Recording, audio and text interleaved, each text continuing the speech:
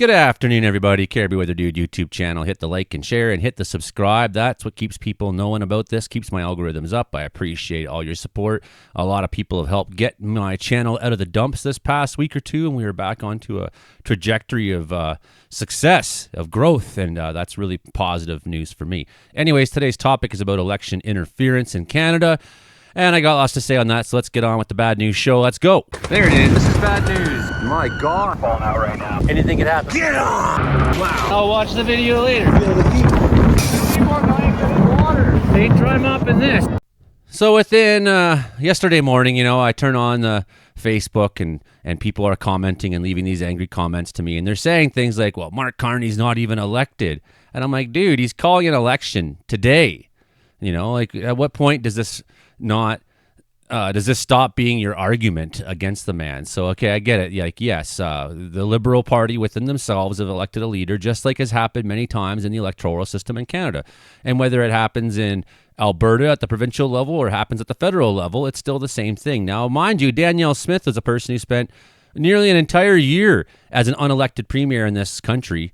And yet people don't seem to have a problem with that, at least on the other side. They turn a blind eye to that and they say, well, that's different. That's provincial. It's not different. It's the same electoral system. It's the same system. It's kind of like, the rules of the road are basically the same in town as they are out on the highway, as they are, across Canada. The rules of the road are pretty much the same. You can't drink and drive no matter where you are in Canada. You can't speed no matter where you are, whatever the posted speed limit is. The rules of the road are the same, whether it's municipal, provincial, or across the entire country, right? So whether or not you understand it, there's a certain despicableness to Danielle Smith launching such attacks when she herself was the record holder for longest unelected leader in Canadian history, right?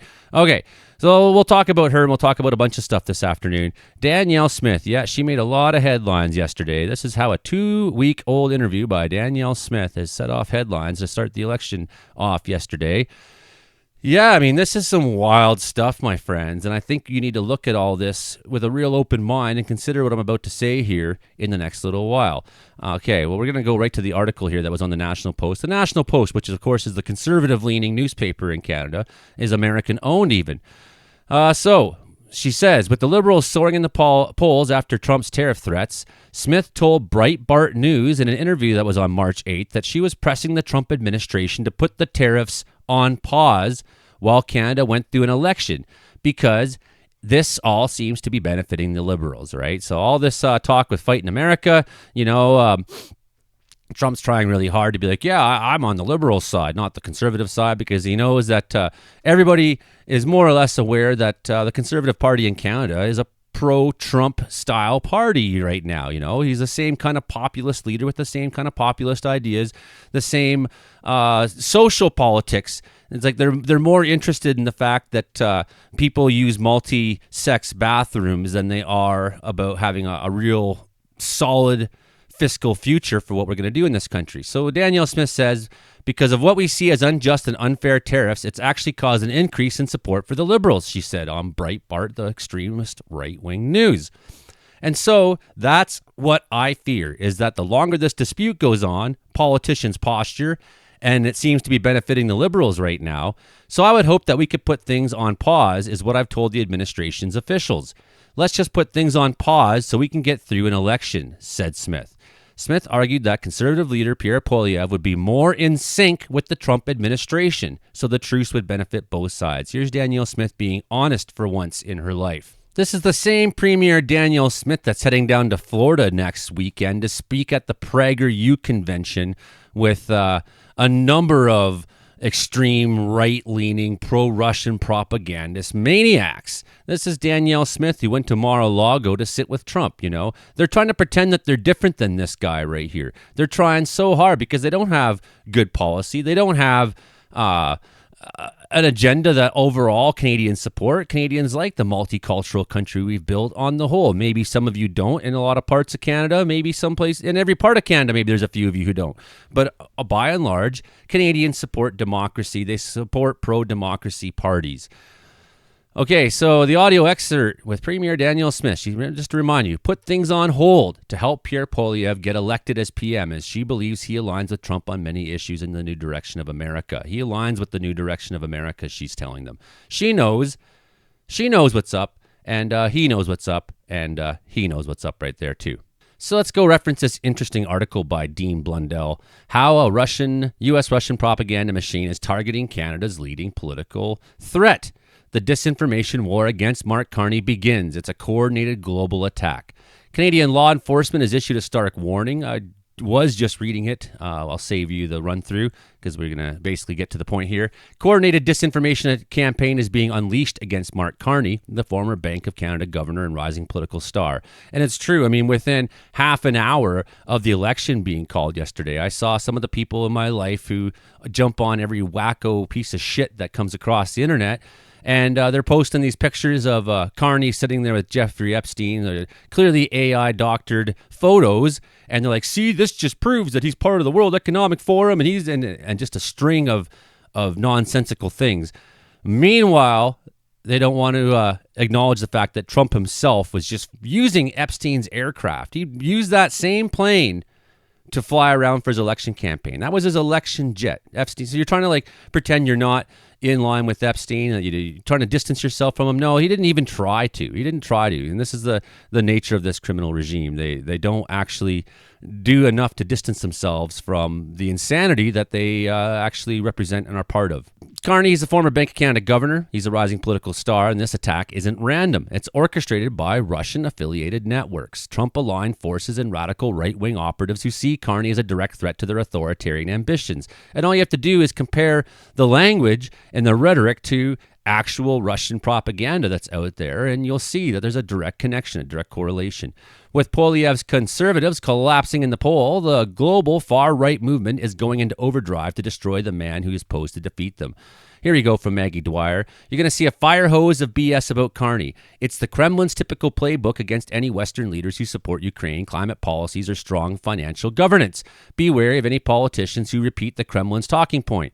Russian state media targets new Canadian Liberal Party leader Mark Carney. And again, I'm not the Carney booster that you think I am. There's a lot of problems, I think, with the man, from my political perspective, that when this nonsense with America is over, I'll be back to fighting him like I've often taken aim at whoever's in charge in this country for the most part throughout my life. Maybe there's been a little wavering on that lately because we're under an existential threat as a country and we need to sort of have some cohesion and unity in order to survive the storm. But when all is said and done, I'll be back protesting all kinds of these economic policies that are geared to make the rich richer and ultimately the poor poorer. Now, do I think Carney's the worst case example of that? No, I don't. I think he's probably more like a Paul Martin. If you could look at somebody who's relative in Canadian history as a prime minister, somebody who probably is closely aligned with his knowledge and experience, on the whole, as an economist, and has a very practical way of looking at things. I think that you would see there's some alignment there. However, I have a lot of problems so far with the fact that in his new cabinet didn't have a minister of women's issues, right? So I mean that's problematic. Do I think that this is the cabinet that you'd get in a full term run through with Carney as prime minister? Probably not, but I still think it was not a wise move to alienate half the country when you're trying to enter into a federal election. Having that minister of women's issues probably would have been a really nice sign for a lot of people who are on the fence about what to do. Okay, let's get back to the article here anyways, and I digress. The fake news industry is going to work. Rebel News and the Epstein smear. So that's the one I was just talking about already. We'll talk about this at the second. At the center of the operation is Rebel News, a Canadian far-right propaganda outlet notorious for its paid disinformation campaigns. Known for its history of spreading conspiracy theories, Islamophobia, and climate change denial. Rebel News has now pivoted to its latest target, Mark Carney. And they're one of these organizations that when you actually look at the facts, almost everything they're saying is factually incorrect. And people gobble it up. And, it doesn't matter if the lie is believable or not to someone who's rational. As long as it can get into the public discourse and people have to talk about it, it has power. Their newest fabrication attempt, their newest lie, is to tie Carney to Jeffrey Epstein using the same playbook of guilt by association tactics that the alt-right used against people like Clinton and Trudeau. Again, this is like, it's obvious the connection between Trump and Epstein. We could talk about that for an entire episode. I've talked about it a lot on the channel over the time, right? Nonetheless, we're not here to talk about that today. We're here to talk about this. Despite no legitimate evidence linking Carney to Epstein, Rebel News has churned out misleading articles, manipulated AI photos, and deceptive video content designed to plant the idea in the minds of right-wing audiences. The purpose is clear. Flood social media with smear. Rely on echo chambers to amplify it, and let Poilievre's supporters do the rest. Here in Ottawa, says Alexandra Lavoie, a man says, I should be ashamed for bringing the Rebel News truck to expose our new PM's Carney relationship with convicted sex trafficker and friend of Epstein, Ghislaine Maxwell. What do you think? Says Alexandra Lavoie. What a toxic person this is. These doctor photos here. There's another one from the Rebel truck on the beach on Epstein Island with Tom Hanks. This is how modern disinformation works. Not by proving anything, but seeding doubt, weaponizing paranoia, and repeating lies until it feels like truth. So we'll talk about the attack on Carney's family here, the Trump-Putin Poilievre playbook. Beyond targeting Carney himself, the disinformation campaign has set its sights on his family, especially his transgender son. This is gross stuff, people. International media outlets aligned with Russia, Trump, and conservative religious lobby groups have begun a coordinated attack against Carney's son in a bid to stir up transphobic outrage and weaponize the culture war. This is really disturbing to me. I find this like the saddest. I know that we have people who watch this channel who are my friends who are transgendered, and I'm stand with you. Maybe I didn't always understand everything, but I tried my best to be your friend and to support you in every way I could. And I love you. And I'm shocked and sickened by this kind of stuff. Far-right influencers and political operators, the article says here, have begun circulating doctored images, false claims about Carney's parenting, and outright fabrications suggesting that Carney is part of a globalist elite conspiracy to push radical gender ideology. This is some paranoid, weird shit, And these are always the people who are like, you're trying to spread paranoia and fear, Joe. You're just fear-mongering when I give a warning about a tornado. But they're out there being like, oh, it's a conspiracy from the globalist elite to radicalize gender ideology. Like, what the fuck does that even mean? Like, these people are so out to lunch. But this is like common lines of thought throughout many people in Canada, right? This is not different from the tactics that were used in the United States, where the far right has repeatedly manufactured moral panic around LGBTQ plus issues to mobilize their base. So here from Disinfo Watch, Russian state media platform Sputnik is targeting newly elected Canadian Liberal leader Mark Carney with multiple disinformation narratives aimed at discrediting him ahead of the federal election. We know this. Some of this is coming from Sputnik. So who's amplifying the lies? Well, we got Melissa Lantsman and other conservative operatives. So she started amplifying the false narratives, retweeting dubious sources, and dog whistling to far-right networks. The strategy's simple. Lean into disinformation, give it legitimacy, and let the right-wing media ecosystem spread it further. This all mirrors Trump's model of weaponizing conspiracy theories, laundering them through pseudo-legitimate sources, and forcing mainstream media to push both sides, when clearly the media should only be beholden to tell the truth. It's your side is politically motivated to lie. We shouldn't be forced to cover that, yet they do. And people eat it up. Poilievre's conservatives aren't just passively benefiting, but they're engaged in it. Carney's the target because he's a threat to the global authoritarian coup. And it is true. I think he is. Again, he doesn't stand for everything I stand for. And probably from my point of politics and perspectives, there'll be a lot of things that when this is all done with, I'll be like, you know what, we got to fight this guy on these things, because that's what you do in a democracy to get a better country, is you hold their feet to the fire. You hold power to the fire. You hold power accountable. I believe in that. And so I don't want to let the guy off the hook, but right now it's clear that we have only one option that's really going to have a chance of winning anything in this country, against options that are dubious in nature, and like we've heard this, like show us your financial statements, but he's already done that to all the processes you have to engage in terms of having your assets put into holdings that you can't touch and whatnot. That's all been done. So, I mean, this is all nonsense. But again, we have Poilievre, who hasn't passed security clearance still yet, which means he is a threat for working with out-of-country organizations that may be trying to spread disinformation and affect the Canadian election. And we know that it's been discovered that Poilievre has $25 million at least. You know, the guy's a multimillionaire. He's like the pot calling the kettle black. In fact, he's a guy who's only ever been a politician and a shyster. He's never had any other job in his life. He's never shown himself that he can run a bank, Bank of Canada, the Bank of England, make great relationships with leadership and you know, both politically and economically in Europe, which is what we need to have right now. Do you think Europe cares about Pierre Poilievre? Good luck. Good luck with that. So we'll find ourselves isolated, and we'll find ourselves more and more in a weak situation should we have Poilievre in power, a situation where we are more vulnerable to either joining the Americans outright or through some dubious manner that Canadians won't be comfortable with. And it will happen from under our feet. Mark Carney represents everything the global far right fears. First of all, he's very competent. You know, there's no doubt about that in my mind. Despite the fact, again, we're not politically aligned necessarily. But there's things about him that I do respect as well. He is widely respected. He's a centrist leader.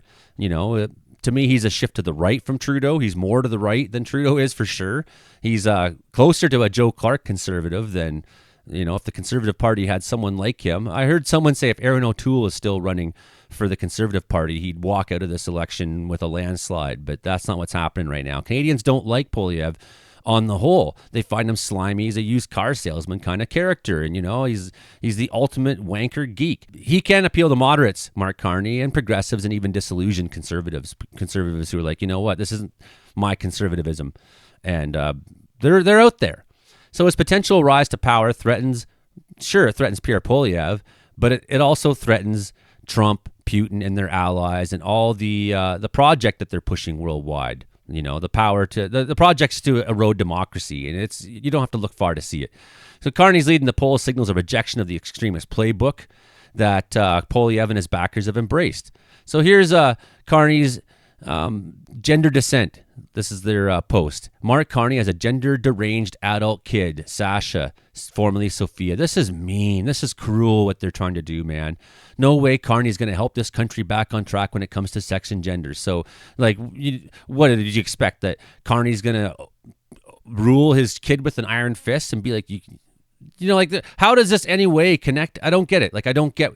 But it's like, it's dog whistling. You throw out some hate and people get mad and they don't care about facts, or they don't care about, does this actually relate to who's a better leader for Canada? Meet the Carneys. His daughter is Sasha. His wife's a man, and his daughter is trans. And like, this is fucked up, man. So the bigger picture, this campaign against Carney, it's not an isolated event. It's part of a larger war on democracy. It's a war on truth. The same forces that propelled Brexit, Trump's big lie, and Russia's disinformation warfare are now being deployed in Canada. And a lot of people who are repeating this lie know that it's a lie, but it's like they just hide behind it. It's like they just keep putting it out there in front, and you have to deal with it. It's like whether or not they actually know it inside or not, or think it. I think like a lot of these people know that these are lies, but because this is what they want, is this culture war against people. That's what they want. You know, they don't care that it's a lie because their objective is clear: to undermine trust in institutions, delegitimize strong leaders, and create chaos to keep authoritarian friendly politicians in power. Now we look at what Charlie Angus is saying. Online wave of hate. So Charlie Angus, I wish he was still going to be in government come next cycle, but it looks like he's definitely stepping on down. So Canadian Federal Elections On says, our friend over there from Timmins, Ontario, we face real-world threats from Trump and MAGA. Efforts to upend the election and hand victory to MAGA maple Pierre Poilievre will go into overdrive. And he gives some explanation about that. In the fetid swamp of Meta, hate has been bubbling up for some time. In Zuckerberg's upside-down world of sponsored pages and ads from fake groups, President Zelensky is portrayed as a con man, Elon Musk an inspiring hero, and Canadians as whining babies for standing up to Trump. Then there's the vicious memes and AI-generated content targeting leaders like Singh, Mark Carney, and Trudeau. Even more disturbing, Poilievre's maple MAGA influencers have shamelessly taken to trying to link Carney to the notorious pedophile Jeffrey Epstein. It's sick, and it's a calculated tactic to drive division between people. Says Charlie, I've spoken out numerous times about the serious threat that Musk and his X platform pose to Canada's democracy. Efforts to get Elections Canada to take proactive measures have been unsuccessful, and he's concerned about the complacency of officials. More and more, he's concerned about Facebook. This company has a long and dismal record of failing to protect people from the darker elements. Whistleblower Christopher Wiley in 2018 released damning documents showing how digital mercenaries were using Facebook to append democratic elections and promote extremist agendas. The ease with which digital mercenaries could manipulate voters was frightening in itself, but even more alarming was the failure of Facebook to take seriously allegations that its algorithms were being used to drive horrific violence in Sri Lanka, Africa, and genocide in Myanmar. At the hearings in Ottawa, Charlie pushed Facebook's Canadian representatives on their corporate failure to provide the genocide of the Rohingya people in Myanmar. And their response was, "We made big commitment to grow our safety team. We are not perfect, but we are on a journey." Wow, the journey Meta promised was to hire more fact checkers and stay on top of disinformation. That was then, but this is now in the age of Trump and MAGA. Whatever small step Meta took to limit hate and disinformation has been thrown out the friggin' window. No more woke shit on Meta's watch. Zuckerberg claimed it was about restoring freedom of speech. Digital experts point out that this is another weaponization of Trump's ideology at the global level. Joe Brandt, the Secretary of Digital Policies, warned Meta will act politically at the international level in conjunction with the Trump government to combat policies in Europe, Brazil, and other countries that seek to balance rights within the online environment. It signals that the company does not accept the sovereignty of nations over the functioning of the digital environment and sounds like an anticipation of actions that will be taken by the new administration in the U.S. Given that the state of policy of the Trump administration is the destruction of Canada as an independent nation, you can bet we're going to face a hurricane of election interference and manipulation. We've seen the playbook before. If you look back at 2022, the occupation of our nation's capital by a conspiracy mob. I was there, says Charlie, through the whole convoy occupation. It was ugly. I have friends who live in Ottawa who told me exactly how scary and ugly it was. And I know people don't want to believe that. Just, it's the same people that will say that January 6th in the United States there, the whole scene was just a peaceful protest. That's what they'll say. But people who have shops in downtown Ottawa that were vandalized, people who were attacked and screamed at for having masks on, people who were subjected to seeing people openly waving Nazi flags. It was ugly. It was threatening. It was deranged as people driven by the falsehoods and conspiracy that took over a city and threatened the inhabitants. Following the convoy occupation, the U.S. House of Representatives began an investigation into the role of Russia and other foreign actors into fueling the online hysteria that led to so many ordinary Canadians to join a movement that turned into an army of occupation. It was reported that a hacked Facebook account for a woman in Missouri was used to create several massive Freedom Convoy sites that included more than 340,000 combined members, attracted online support from far-right groups, and raised millions of dollars in funds. And it's true, most of the funding, like 44% or something like that, came from the United States. It was alarmingly high. I think, and I might be underselling it, so I'm going with the low number just to be sure. I'm concerned by reports that stolen and fake accounts on Facebook are behind large-scale organizing and fundraising efforts related to a blockade in Canada that has impacted vital U.S.-Canada border crossings and cross-border trade.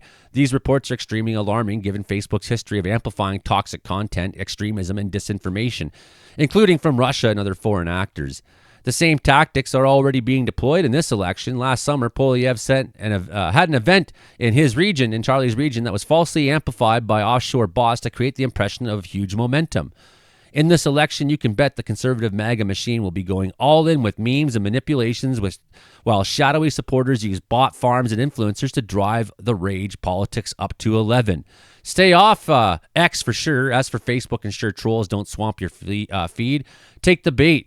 Don't take the bait, block them. I'm starting to do that from now on. I'm just blocking people. It's like, there's people who are on my feed every day who don't really say anything positive. I've never met you. I don't actually care. After a while, it's just you're there trying to create argument with people on and it's making my page. It was helping make my entire platforms across the board less enjoyable and less successful. And now what I'm finding is I'm just going to start blocking you guys. And, even here on YouTube, I'll limit your ability to make comments because I don't care anymore. I don't want to see, I'm not in to give you a voice to spread Breitbart and Rebel News propaganda, as if you have some right to use my platform to voice as your platform instead. And I try to block these people finally, and they say, "Oh, I thought you were for free speech." Well, you have your own place. We need to draw the line right now for the sake of democracy, for the sake of our future, for the sake of having a country for our kids, one that is free and open for anybody, everyone, no matter how you were born or who you are, as long as you're a law-abiding citizen. That's part of the what we're doing here as a people, as a nation. We'll take you and we'll work with you and we'll defend you and protect you. That's the Canada I want to see. That's the Canada I'm for. And you can't take that away from me quietly. I will keep fighting and talking. We'll see you next time, everybody. Hit like, share, subscribe, tell a friend. Keep this channel going. Become a member if you would, if you can, if you have extra coin to throw around. A lot of people don't these days, so I understand. At least coming back to watch videos every day does keep me going. When you watch those advertisements at the beginning, that is putting some food on my plate, and I thank you every day for being here for it. Okay, everybody, get this video around if you can. I think these are important topics that we need to be talking about, and people want to pretend this isn't happening, and they want to keep spreading the lies. You got to stand up to them. You got to say, no, I don't believe your bullshit. I'm not going to listen to it. In fact, I'll just block you outright. I don't care anymore. You're a threat to everything I care about. I won't stand for it anymore. Okay, we'll see you next time, everybody. Bye now.